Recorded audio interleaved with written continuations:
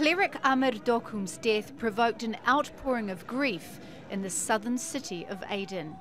He's one of at least 25 clerics, preachers and religious scholars killed in the south of Yemen in just over 2 years, most of them in just the last 6 months. What is the crime? What is justification? We call on all of those who have a conscience to do something.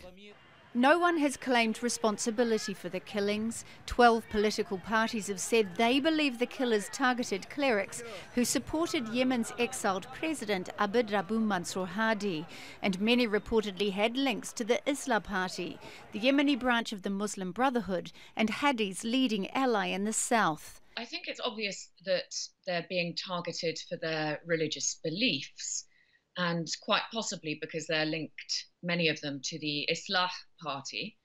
It's not clear who's doing the targeting, although there are widely held beliefs on the ground that think it's being done by the UAE-backed forces.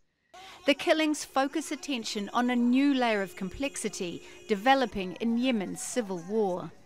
The Houthis control this area in the north, including the capital Sana'a, and are supported by Iran.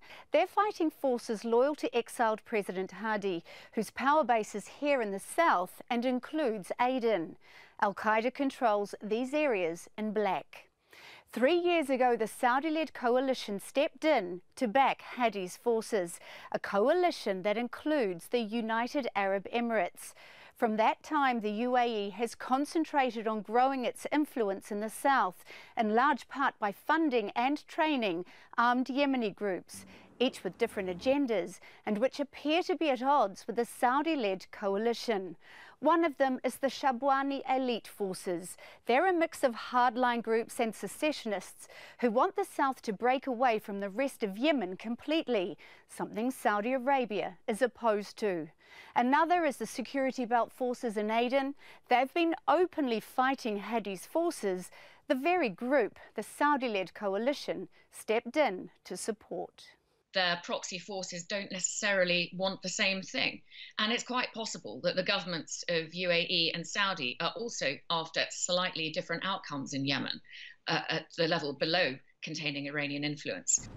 The killings have prompted dozens of religious leaders to abandon their mosques and seek refuge elsewhere.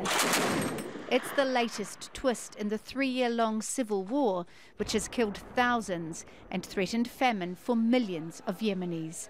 Mereana, Al Jazeera.